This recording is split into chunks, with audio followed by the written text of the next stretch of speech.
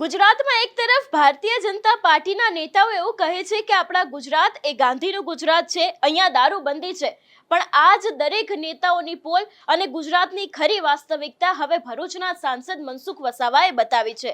મનસુખ વસાવા દ્વારા એક પત્ર લખવામાં આવ્યો છે અને એની અંદર સીધા જ આક્ષેપો મૂકવામાં આવ્યા છે કે ગુજરાતમાં ખુલ્લેઆમ દારૂ મળે છે, એટલું જ નહીં કયા પોલીસની નજર હેઠળ દારૂ મળે છે એની વાત પણ આ પત્રમાં કરવામાં આવી છે। મનસુખ વસાવાએ આ પત્ર હર્ષ સંઘવીને લખ્યો છે। પત્રની અંદર શું લખવામાં આવ્યું છે તેની વાત આ વિડીયોમાં। નમસ્કાર, હું હંસિની અને તમે જોઈ રહ્યા છો નિર્ભય ન્યૂઝ। આમ તો મનસુખ વસાવા પોતાના બેબાક બોલને કારણે અવારનવાર ચર્ચામાં આવતા હોય છે।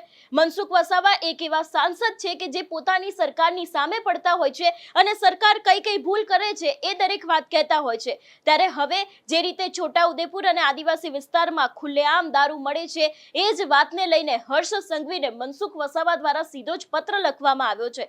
સૌથી પહેલા તો આ પત્ર ઉપર નજર કરીએ કે તેની અંદર શું લખવામાં આવ્યું છે। આ પત્ર આખો મનસુખ વસાવા દ્વારા લખવામાં આવ્યો છે।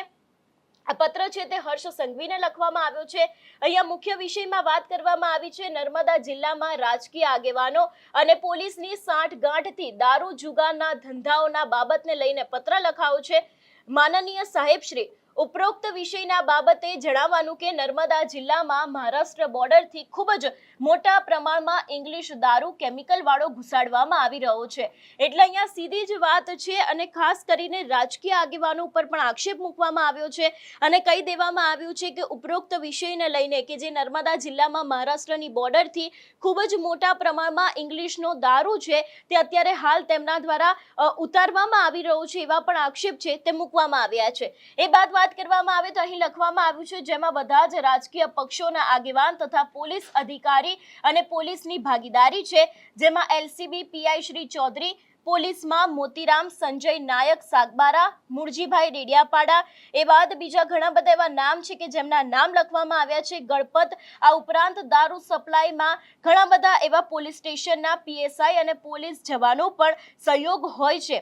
આમલેથા પોલીસ સ્ટેશન ખાસ છે। આ દારૂ ઉમલ્લા, રાજપારડી, કરજણ, તેના સિવાય જે બીજા વિસ્તારો છે ત્યાં પહોંચાડવામાં આવે છે એવી વાત કરવામાં આવી છે। આ બાબતના બે પત્રો છે એ મને મળ્યા છે, જેમાંનો એક પત્ર એસપી મેડમને મેં રૂબરૂ આપેલો છે અને બીજો હું તમને સીધો જ આપું છું એવી વાત કરવામાં આવી છે।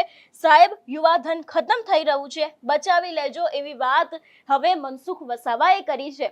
એટલે જે રીતે સાંસદ છે ભારતીય જનતા પાર્ટીના એ પોતે એવું સ્વીકારી રહ્યા છે કે ગુજરાતમાં કેવી રીતે અને ક્યાંથી દારૂ આવે છે, કયું એવું પોલીસ સ્ટેશન છે કે જેના કારણે અહીંયા આખા વિસ્તારમાં દારૂ મળી રહ્યો છે। એટલું જ નહીં, જે પોલીસના નામ છે એ પણ આપવામાં આવ્યા છે અને બીજી બાજુ જે રીતે ભાજપના નેતાઓ છે એ લોકો ક્યાંક ને ક્યાંક ઘણી બધી વખત એવું કહેતા હોય છે કે ગુજરાતમાં દારૂબંધી છે, અહીંયા દારૂ મળતો નથી, પણ આજે આ જ પોલ છે તે ઉજાગર કરી છે હવે ભરૂચના સાંસદ મનસુખ વસાવાએ। આની પહેલા પણ દારૂને લઈને ઘણા બધા એવા સમાચારો સામે આવ્યા હતા અને ઘણી બધી વખત પોલીસ ઉપર એવા આક્ષેપો પણ મુકાયા હતા કે પોલીસની રહેમ નજર હેઠળ દારૂ આવે છે, પોલીસ હપ્તા લે છે, પણ હવે જ્યારે ભારતીય જનતા પાર્ટીના એક સાંસદ છે એમને પોતે જ સ્વીકાર્યું છે કે તેમના વિસ્તારમાં દારૂ મળે છે, આની પાછળ કોણ કોણ સામેલ છે, કયા પોલીસ સ્ટેશનનો વધારે હાથ છે, કયા પીઆઈ છે, કયા પીએસઆઈ છે, એ લોકો આની અંદર સંડોવાયેલા છે અને સીધી જ વાત એવી પણ કહેવામાં આવી છે કે આને કારણે આપણું યુવાધન છે તે બરબાદ થઈ રહ્યું છે। હર્ષ સંઘવીને કહ્યું છે કે બચાવી લેજો તમે આ લોકોને। એટલું જ નહીં, ક્યાંક સીધા આક્ષેપો છે તે અહીંયા ક્યાંક ને ક્યાંક રાજકીય આગેવાનો ઉપર પણ મૂકવામાં આવ્યા છે। એટલે જે તે વિસ્તારના કદાચ કોઈ પણ રાજકીય આગેવાનો કોઈ પણ પાર્ટી સાથે જોડાયેલા લોકો કેમ ના હોય એ લોકો ઉપર પણ આક્ષેપ મૂકવામાં આવ્યો છે અને કહેવામાં આવ્યું છે કે એ લોકોની પણ ગુજરાતમાં દારૂ અને આ વિસ્તારમાં દારૂ લાવવા પાછળ એ લોકોનો પણ મોટો હાથ છે એવી પણ વાત તેમના દ્વારા કરવામાં આવી છે। હર્ષ સંઘવીને ફક્ત મનસુખ વસાવાને આની પહેલા ઘણા બધા એવા લોકો છે કે જે લોકોની રજૂઆત મળી હશે, તેમ છતાં પણ ગુજરાતમાં આપણે જોતા આવ્યા છે કે પરિસ્થિતિ અત્યારે હાલ એની એ જ દેખાઈ રહી છે।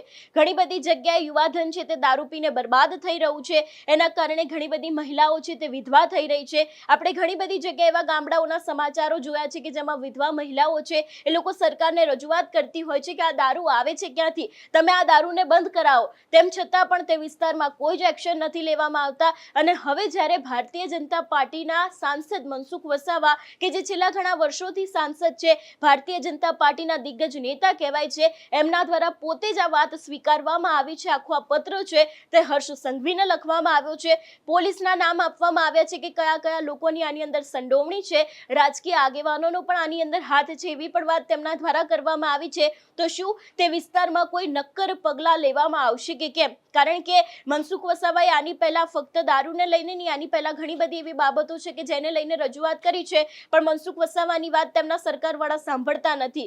ઘણા બધા પત્ર લખ્યા છે, ઘણી બધી નિવેદનો આપ્યા છે, તેમ છતાં પણ મનસુખ વસાવા ખાલી કહીને હટી જાય છે. એ બાદ સરકારની અંદર તેમનું કોઈ સાંભળતું નથી અને એ કોઈ કામ થતા પણ નથી. પણ હવે જ્યારે આખી આ વાત છે તે હર્ષ સંઘવીને કહેવામાં આવી છે.